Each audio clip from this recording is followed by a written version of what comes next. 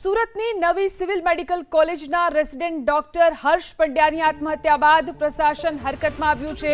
SMIMER medical college પરિસરમાં ragging અટકાવવા માટે પ્રશાસને મહત્વપૂર્ણ નિર્ણય લીધો।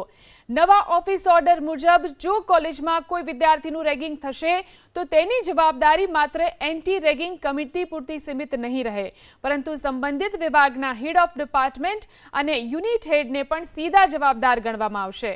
યુજીસી અને મેડિકલ કમિશનની માર્ગદર્શિકા મુજબ રેગિંગ અટકાવવાની જવાબદારી સમગ્ર સંસ્થા, ફેકલ્ટી, સિનિયર રેસિડેન્ટ અને વિભાગીય વડાઓની રહેશે।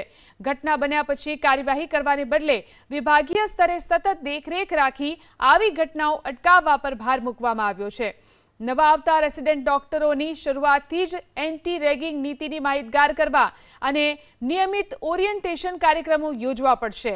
રેગિંગના પરોક્ષ સંકેતો કે વર્તન પર વિભાગીય સ્તરે નજર રાખવી તેમજ કોલેજના ફેકલ્ટી અને સિનિયર ડોક્ટરોને તેમની જવાબદારીઓથી અવગત કરાવવા, ફરિયાદો નોંધાવવાની સરળ વ્યવસ્થા ઊભી કરવી અને કોઈ સંકેત કે ફરિયાદ મળે તો તાત્કાલિક ધોરણે કડક કાર્યવાહી કરવાની રહેશે।